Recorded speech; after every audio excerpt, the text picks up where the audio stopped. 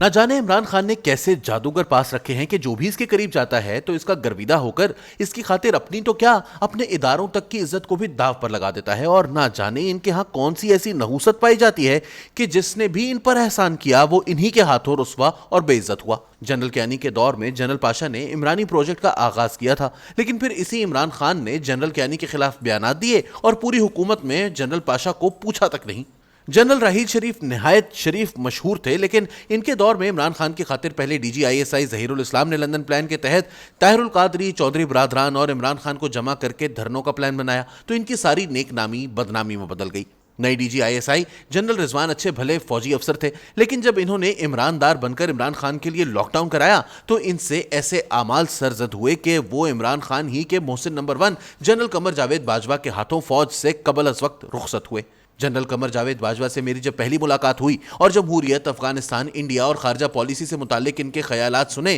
تو میں ششدر رہ گیا کہ فوج میں ایسا ہیرا بھی کہیں پڑا ہوا تھا۔ لیکن جب باجوہ صاحب بوجوہ عمران دار جرنیل بن گئے تو عمران خان کی خاطر وہ کچھ کیا کہ اپنی ساکھ تو کیا فوج کی ساکھ بھی داؤ پر لگا دی۔ اسی طرح general Asim Bajwa G O C Waziristan اور پھر D G I S P R کے طور پر سب سے خوش گفتار اور ہر کسی کا دل موہ لینے والے فوجی افسر مشہور تھے، لیکن جب عمرانی حکومت کا حصہ بن کر پوری طرح عمران دار بنے تو ان کے خلاف ایسے اسکینڈل سامنے آئے کہ انہیں گوشہ نشینی اختیار کرنی پڑ گئی۔ جنرل فیض حمید جب جی او سی پنو عاقل تھے تو کسی نے غلط حوالے سے ان کا نام نہیں سنا تھا۔ اسی طرح پی آر کے ماہر جنرل آصف غفور بھی جی او سی سوات کے وقت اچھے الفاظ سے یاد کیے جاتے تھے، لیکن عمران دار بن جانے کے بعد ان دونوں نے عمران خان کی خاطر جو کچھ کیا اس کا پاکستانی فوج اور ایجنسیز کے ہاں تصور بھی نہیں کیا جا سکتا تھا۔ جنرل باجوہ کی قیادت میں ان دونوں نے آئی ایس آئی اور آئی ایس پی آر کو جس بھیانک طریقے سے عمران خان کو وزیر اعظم بنوانے اور ان کے نقادوں کو نمونہ عبرت بنانے کے لیے استعمال کیا وہ ناقابل تصور تھا۔ ان دو اداروں نے مل کر عمران خان کی محبت میں میڈیا، عدلیہ اور نیب کو بے وقت اور تقسیم کیا،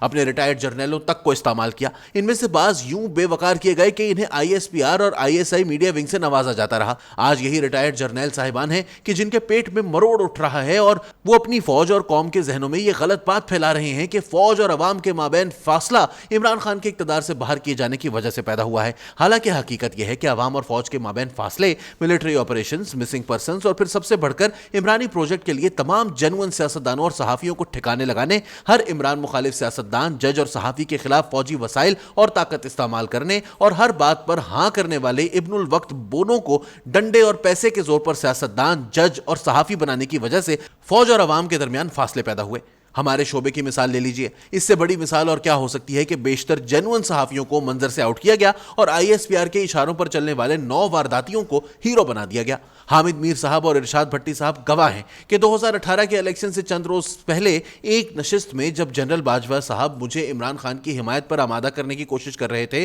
تو میں نے ان سے التجائیں کی کہ عمران خان کی خاطر آپ لوگ جو کچھ کر رہے ہیں وہ نہ کریں ورنہ بعد میں اس پر آپ پچھتائیں گے۔ تب وہ عشق عمران میں اس قدر مبتلا تھے کہ میری کسی بات سے اتفاق نہیں کیا۔ جب تباہیوں کا کچھ احساس ہوا تو بطور ادارہ نیوٹرل بننے کا فیصلہ کیا، لیکن افسوس کہ اس کے بعد بھی نیوٹرل ہو نہ سکے بلکہ ریٹائرمنٹ تک وہ عمران خان کو رعایتیں دلواتے رہے۔ فوج کو اس وقت جو مشکلات درپیش ہیں اس کی بڑی وجہ عمران خان کے اقتدار سے نکالے جانے کے بعد بھی جنرل باجوہ کا ان کے لیے نرم گوشہ تھا، لیکن آج عمران خان نے انہیں نمبر 1 نشانہ بنایا ہوا ہے اور میں لکھ کر دینے کو تیار ہوں کہ وہ جلد جنرل فیض حمید اور جنرل آصف غفور کے ساتھ بھی یہی سب کچھ کریں گے۔ المیہ یہ ہے کہ اب یہ سیاست، صحافت یا عدالت کا معاملہ رہا نہیں ہے بلکہ ریاست کی بقا کا معاملہ بن گیا ہے۔ سیاست میں تقسیم پہلے بھی رہی لیکن ریاستی ادارے فیصلہ کن موڑ پر ریاست کو بچا لیتے تھے۔ اب کی بار عمران خان عمران دار جرنیلوں، عمران دار ججز اور عمران دار میڈیا پرسنز کے ذریعے جو پولرائزڈ ماحول پیدا کر چکے ہیں اس کی وجہ سے ریاست کو ایک رکھنے والے اداروں کی بنیادیں ہل گئی ہیں۔ سب سے زیادہ معلومات رکھنے والے D G I S I Nadeem Anjum نے بھی پارلیمنٹ کے سامنے بریفنگ اور کئی دیگر مواقع پر ذمہ داران کے سامنے ان خدشات کا اظہار کیا اور سب سے یہ کہا کہ معاملات کو سیاست نہیں بلکہ ریاست اور ریاستی اداروں کو درپیش خطرات کے آئینے میں دیکھیں، کیونکہ پاکستانی ریاست کو خطرہ بیرونی دشمنوں سے کم اور اندرونی خلفشار سے زیادہ ہے۔ ڈی جی آئی ایس آئی کے اس تجزیے کے تناظر میں ہر طبقے اور شہری کا یہ فرض بنتا ہے کہ وہ صرف سیاست، پاپولزم اور عصبیت کی اینک اتار کر موجودہ حالات کو ریاست اور ریاستی اداروں میں پیدا کردہ تقسیم کے آئینے میں دیکھے، کیونکہ جب تک پچھلے 10 سالوں میں کیے گئے ان بھیانک بلنڈرز کی تلافی نہیں کی جاتی اور عدل کے تقاضوں کے طور پر ہر فرد اور ادارے کو اس پر مقام پر نہیں لایا جاتا جس پر وہ پہلے سے بیٹھا تھا یا پھر جو اس کا آئینی مقام ہے، تو اس ریاست کے وجود کو سنگین خطرات لاحق رہیں گے۔ یوں صرف اہل سیاست اور اہل صحافت نہیں بلکہ ججز، حاضر سروس فوجیوں اور بالخصوص ریٹائرڈ جرنیلوں سے بھی التجا ہے کہ اگر انہیں یہ ریاست چاہیے تو وہ اپنے مفادات اور تعصبات کی اینکیں اتار کر اس قضیے کو ریاست کے آئینے میں دیکھیں، ورنہ خاکم بدہن کسی کے ہاتھ کچھ نہیں آئے گا۔